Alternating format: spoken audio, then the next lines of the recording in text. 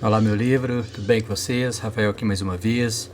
Hoje, diferente dos outros vídeos, eu quero tratar de uma obra que não é bem considerada literatura, né? Porque não é escrito, mas de um quadrinho muito importante, publicado pela Pipoca Nanquim. Se eu não me engano, agora recentemente foi relançado, né? Reimpresso, isso é o correto, né? Reimpresso. E é o Chaboté Solitário. Vocês já leram? Que obra, meus amigos, que coisa sensacional. Eu, desde jovem, desde mais novinho, eu sempre fui muito relutante com histórias em quadrinhos, porque eu ficava muito estressado, para não falar outra palavrinha com P, porque eu ia nas bancas e olhava as capas dos quadrinhos e eram capas maravilhosas. Com aquelas coisas que, tipo assim, caraca, se isso aqui tiver lá dentro do quadrinho, isso aqui é a melhor coisa do mundo. Não preciso sair de casa mais, eu só consumi isso, né, em termos de coisinhas de herói e tal, né, de cultura pop. E quando você comprava, né, você adquiria um Superman, um Batman, alguma coisa assim, quando você começava a folhear, ler a história, você falava, caraca, que trem escroto, mal feito, putz, que historinha brega, etc e tal. E, assim, desde muito novo, eu sempre tive um certo receio, não vou falar preconceito, receio com quadrinhos. E a época, né, quando eu tinha lá meus 12, 13 anos, eu tenho um amigo, o Vantu, se ele estiver vendo aí, um abraço, Vantu, que ele adorava mangás, né? E a gente conversava bastante, nós tínhamos assistido Cavaleiro do Zodíaco, e eu lembro que quando eu fui pro mangá do Cavaleiro do Zodíaco, né, que eu vi pela primeira vez, se não me engano, da editora Conrad, JBC, sei lá, e era terrível também, aqueles traços horrorosos. Gente, que isso, muito melhor o desenho, né? Mas bem, o tempo foi passando e eu fui criando mais maturidade, minha área para literatura foi, meu interesse pela literatura foi ficando cada vez mais aprofundado em assuntos específicos, etc e tal. E eu sempre tive muita dificuldade também em ler aquela literatura que estava ali fazendo sucesso naquele momento, que é a literatura mais pop, né? Tipo um Harry Potter. Na minha época todo mundo leu, eu não li. Fui ler o primeiro o ano passado, o volume 1. E eu tive muita dificuldade de assimilar. Eu até ganhei de presente de uma aluna minha. E quando eu li, eu falei, gente, não posso falar mal, né, do livro, porque isso é maldade. Mas não é ruim, mas não é algo que não me mexe tanto comigo, certo? Mas vale a leitura, obviamente, né? Não são obras descartáveis. E aí, nesse sentido, eu fui percebendo que dentro do universo dos quadrinhos existiam outras coisas que eram bem feitas, né? Que eram profundas, que tinham desenhos, textos e uma ideia por trás que valia a pena investir a grana naquilo ali. Aí foi quando eu cheguei no Cavaleiro das Trevas, do Frank Miller, foi quando eu cheguei no Watchmen, do Alan Moore. Foram esses dois, assim, eu acho que quase todo mundo chega nessas duas obras, né? E eu falei, cara, isso aqui é bom, isso aqui é bom, certo? Mas, fora isso, eu lembro que a época eu empolguei com Batman, por causa dos filmes do Nolan, e aí eu comprei alguns quadrinhos encadernados que a Panini lançava naquele período.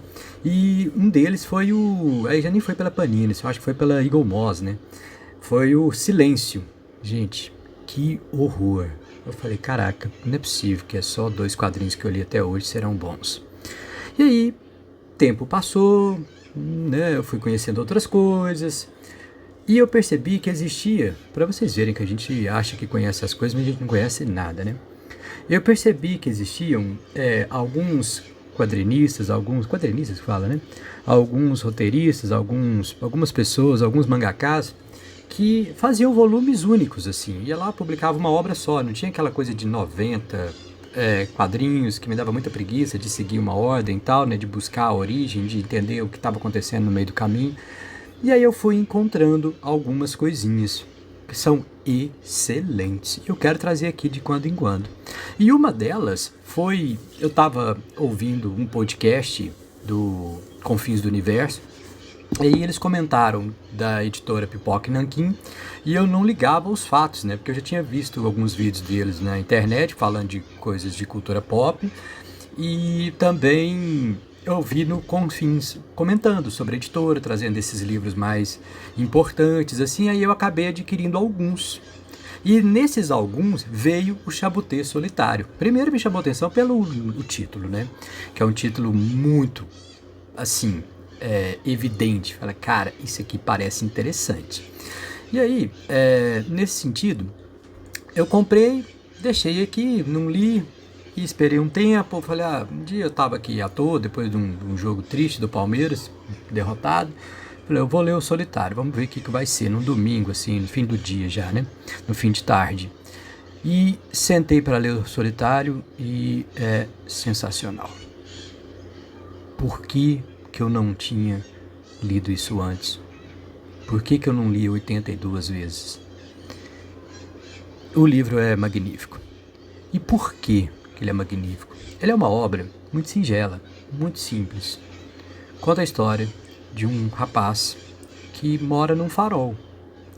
E esse rapaz, ele recebe mensalmente, de um barquinho que atraca ali, né, próximo ao farol, mantimentos para mantê-lo vivo. E o pessoal que está no barco são duas pessoas, né, o dono do barquinho e um ajudante. Eles desembarcam os mantimentos e vão embora. Não trocam mensagem, não falam nada e tudo mais. Quando o barco vai embora, o carinha desce do farol, né, da torre, pega os mantimentos e volta para casa. E aí, tudo isso é contado de uma maneira muito peculiar. Porque o texto que falta no quadrinho, né, porque ele é muito mais visual, ele é um quadrinho bem contemplativo. O texto que falta, ele é traduzido em palavras. O texto que falta, ele é traduzido em imagens. E cada desenho, cada quadrinho é de uma beleza, e são desenhos simples. Não é um Da Vinci que está fazendo aqui, né? Não é um cara que está pensando, caramba, nós temos aqui um quadrinista, né, o Chabuté, que está fazendo algo muito simples, como vocês podem ver aqui, certo? Mas, ok. E o cara que estava no barco, um deles pergunta, mas por que esse cara mora aí? O que está acontecendo? Aí conta-se a história que o pai do menino, né, que cuidava do farol, resolveu trancar o menino lá dentro, esperar ele crescer. O pai morre e antes de morrer ele faz um acordo, fala, olha, parte da minha pensão, algo assim, eu vou deixar com você, você vai trazer mantimentos para meu filho até quando você conseguir. E ok, fica acordado, o pai morre, a gente não vê isso na história, né, não é spoiler. E o cara mais velho já, né, o filho mais velho, vive ali. E a história é isso. Um homem que vive num farol de forma solitária. E quem é uma pessoa que vive num farol de forma solitária? Todos nós, em algum momento, né? E é interessante que essa metáfora do farol, porque daqui a pouco eu quero comentar algumas outras coisinhas da própria história, mas vocês já pararam para pensar que o farol não é aquele ponto de referência, aquele guia, né, para os barcos que estão chegando, para evitar que batam em alguma coisa submersa, né, alguma rocha submersa que não está tão profunda, que estraguem o casco do navio, etc. e tal. Então o farol, ele serve como ponto de referência, mas ele não é algo de referência em si. Existe algo no farol que está escondido lá dentro. E muitas obras trazem o farol como esse espaço do esconder. Olha, eu me mostro, mas eu me escondo por trás do que eu me mostro. É como se a luz que sai do farol, né, a luz guia, escondesse, porque acaba não permitindo que nós olhemos diretamente para o farol, escondesse lá dentro segredos. E o segredo que está sendo escondido aqui é nada mais que a vida do solitário, desse homem, desse Alone aqui. E ele tem um dicionário, né? Agora eu quero voltar um pouquinho para a história. Ele tem um dicionário que ele fica brincando de jogar o dicionário para cima, as folhas, né, ele abre, cai aberto, e aí ele pega uma palavra e lê. E aí ele tem que usar o exercício da imaginação para entender o que é aquela palavra. Sinfonia, fada, eu vou lembrando de algumas aqui. Prisão, solidão, entre outras coisas. Instrumentos musicais, chuva, guarda-chuva, sei lá, um monte de coisinha. Imagens estão vindo aqui, não sei se é isso realmente. Mas é interessante porque esse exercício de imaginação desse solitário serve para ele se conectar com o mundo que ele não vive. E o exercício da imaginação que nós fazemos na vida adulta, ela revela alguns traços da nossa característica, né, psicológica, assim, que validam a nossa infância. E esse solitário, ele é uma criança. Ele cresce, mas ele é uma criança. Aí, num determinado momento, ele olha no espelho, e aí a gente já conhece ele, né, a fisionomia dele, e ele tem tipo um probleminha na face, que o deixa ele meio monstruoso, né, assim, meio feio, e provavelmente o pai o guarda ali dentro porque ele sabe que o mundo o irá rejeitar. Olha que interessante, o Criador rejeita a criatura criada, né, ou criar aquilo que foi criado. E não rejeita no sentido de, pô, olha, eu fiz, ficou mal, joga fora. Não, ele rejeita a vida para essa criatura, porque ele não pode viver em sociedade. Porque o pai, claro, tinha medo do que poderia acontecer com o filho, que era diferente, né?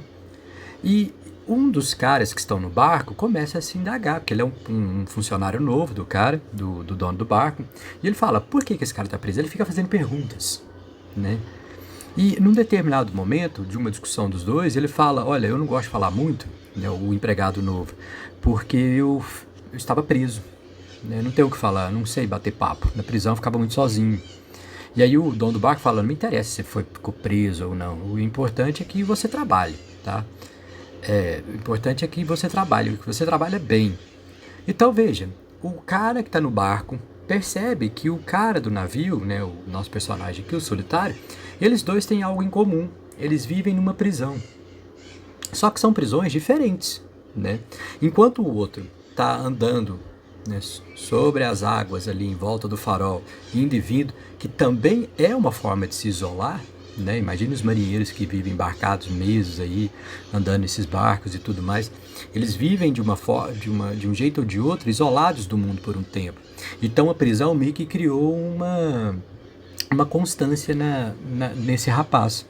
E aí ele, um dia, junto com os mantimentos, ele entrega algumas fotos, né? Fotos do mundo.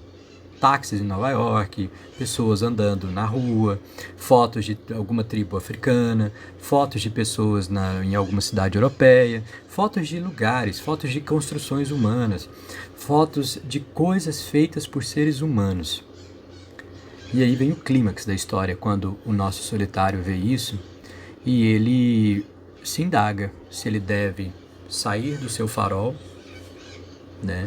Porque é como se essas fotos revelassem outros faróis, né? Sair do seu farol e enfrentar esse mundo ou encontrar um outro caminho. De, sei lá, a cena é ele pegando uma corda. Você fica desesperado, você fala, caraca, não, você não vai fazer isso que eu tô pensando. Mas aí deixa isso para vocês depois. Mas olha que obra maravilhosa, porque em menos de, sei lá, 500 páginas, 600 páginas, com pouquíssimos diálogos, 600 não exagero, né? 400 e pouquinhas páginas, você tem pouquíssimos diálogos, mas uma obra muito representativa do mundo contemporâneo. E quando eu falo representativa do mundo contemporâneo, eu quero dizer que, quando eu mencionei antes que nós todos somos faróis, porque nós todos queremos ser percebidos, mas não queremos ser encontrados. Entende? Porque todos nós temos uma deformidade, que temos muito medo, muito receio de que ela seja revelada. E essa deformidade, ela passa pela ideia de que nós fazemos de nós mesmos. O espelho que nós temos de nós mesmos é sempre um espelho muito retorcido. Então, esse dilema contemporâneo, que é um dilema, eu acho que presente em todo mundo, né, de alguma forma, eu quero ser visto ou quero ser percebido, mas eu não quero ser compreendido. Compreendido no sentido de, né, o que há em você, porque você tem que ser um homem unidimensional o tempo todo.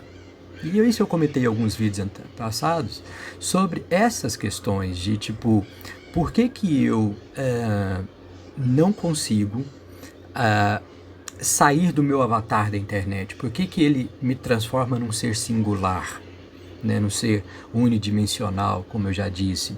E o solitário está aqui para discutir isso com a gente, né, algumas das discussões possíveis, né? Você pode falar de mito da caverna aqui, etc e tal, mas o meu ponto é, esse farol ele é vamos dizer assim, ele é a metáfora do mundo contemporâneo quase que perfeita, porque eu jogo luz sobre algo, as pessoas conseguem me perceber, mas elas não conseguem ver o que está por trás dessa luz, né?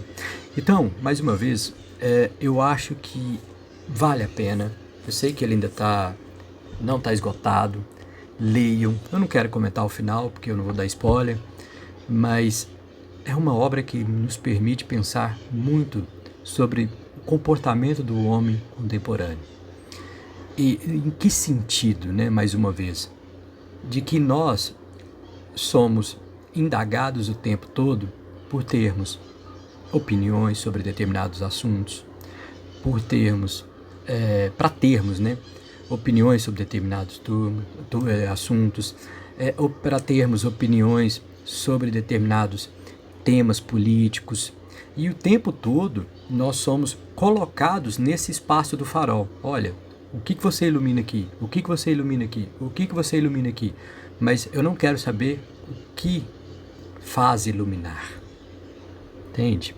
Então, leiam, abracem esse livro, releiam, quem já o leu, porque é um livro muito profundo, certo? E aquela máxima parece funcionar bem aqui, que uma imagem é melhor do que 1000 palavras, realmente, né?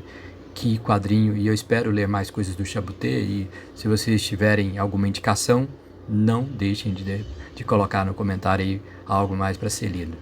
Gente, brigadão, valeu, não esqueça de curtir, de comentar, certinho? Compartilhe com os coleguinhas, beijinho no coração.